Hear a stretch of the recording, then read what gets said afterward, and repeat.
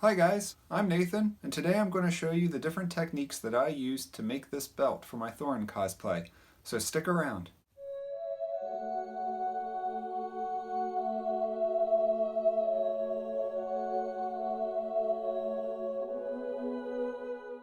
Alright, so now I'm going to be working on making my belt buckle. I'm going to be making it out of EVA Foam. I got this really nice high density stuff, really good for cosplaying. I'm going to carve it out using a soldering iron. I did some tests, as you can see here, of different techniques to use with a soldering iron when carving into the foam. So I'm going to show you the process of how I did that. And this right here is what I'm starting out with for my buckle. Haley did an amazing job drawing out the buckle from a picture that we had from the Weta workshop book. Yeah, I'm going to try to get a good engraving of that so we can hit it with spray paint and highlighting paint and make it really pop, make it look really like metal. Okay, so I'm going to go ahead and cut the buckle out first using my exacto knife and this metal straight edge. And since I don't have a cutting mat yet, I'm just going to go ahead and use a piece of cardboard and use that so I don't cut up my table. So I'm just going to lay this flat here with the line. Make my first cut. You really want to make a good clean cut and make it as straight as possible so that way you don't get any rough edges with the foam. There we go, nice smooth edge.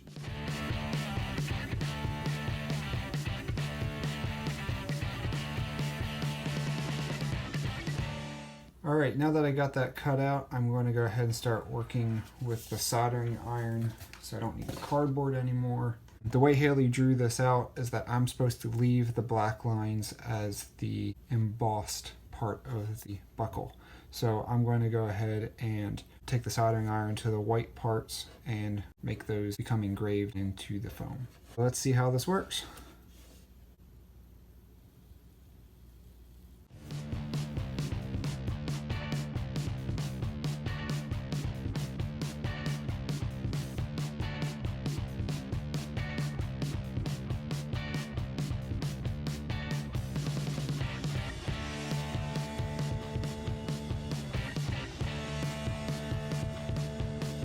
Okay, so there's the first eagle head. I know it's kind of hard to tell right now with all the burnt foam, but it really turned out well. I'm going to continue working on the other eagle and the body. At least I think it's an eagle. Some sort of bird. I'm going to continue working.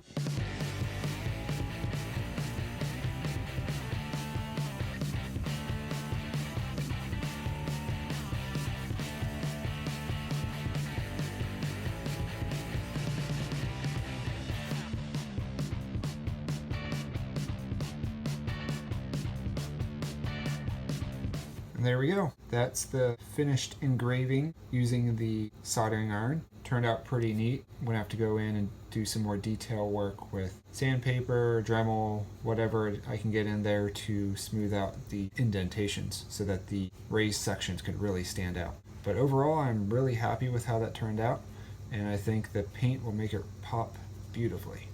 I used my Dremel tool with a small grinding bit to go in and smooth out the rough areas that the soldering iron left behind. After that, I took the foam buckle to a heating gun to give it a curve, and also to set the foam and close the pores. When doing this step, I made sure to wear a protective glove over my hand so I would not burn my skin. Once you heat the foam, you want to hold it in place until the desired shape is formed. Once the foam cools, you can let it go and it will retain that shape. Next, I used plasti-dip, which is a rubber coating to seal the foam and to prepare it for painting. When you are using plasti-dip, make sure to use it in a well-ventilated area because its fumes are very strong.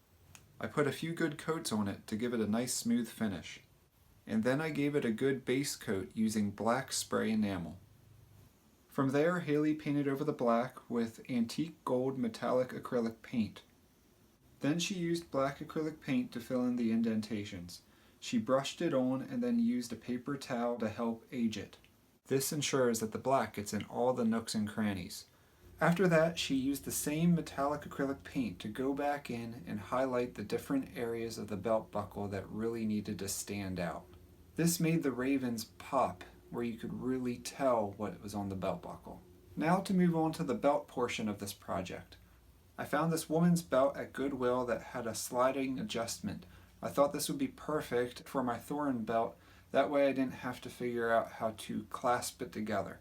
For the thicker portion of the belt, I used sleeves that I cut off of a leather coat.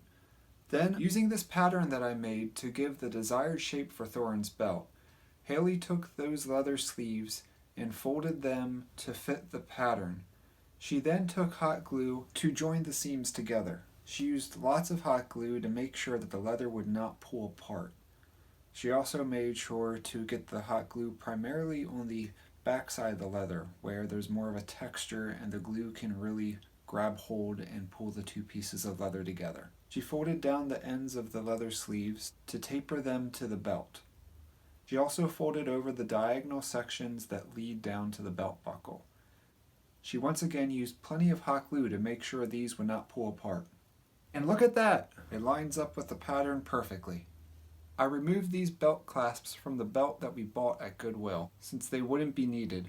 Then, in order to reconnect the ends of the belt, Haley sewed a 4-inch piece of elastic to both ends of the belt. This ensures that when I go to put the belt on, it slides over me and stretches and does not tear any of the leather or any of the glue seams. This area will later be covered with a piece of leather that will be used to attach the belt buckle to the actual belt. Next, I slid the belt around a bucket to make it easier to work on. And then I took my soldering iron and followed the lines that Haley drew out with a piece of chalk. I slowly worked at this until I got the desired pattern that mimicked the leather lacing of the Thorin belt. This technique burns an indentation into the leather and helps to give that laced look without actually having to lace leather together. Once again, make sure to do this in a well-ventilated area.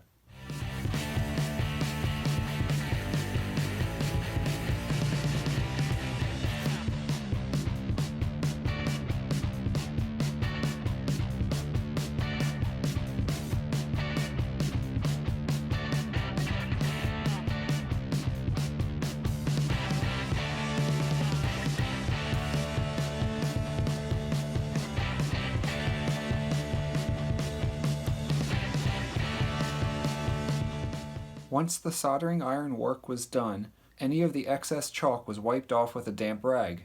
The next and final step in this process is to glue the belt buckle onto the belt. We glued it to a piece of leather that Haley hand sewed onto the belt, covering over that gap where the piece of elastic is.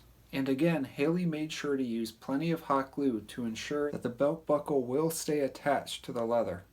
She made sure to leave the rough, unfinished side of the leather facing up so that the hot glue would adhere well to both the back side of the belt buckle and the piece of leather. There you go, that's how I made my Thorin belt with the help of my wife Haley. If you liked the video, go ahead and give it a thumbs up. Also, hit that subscribe button and ring the bell while you're at it. But until next time, so long, farewell, Namarie.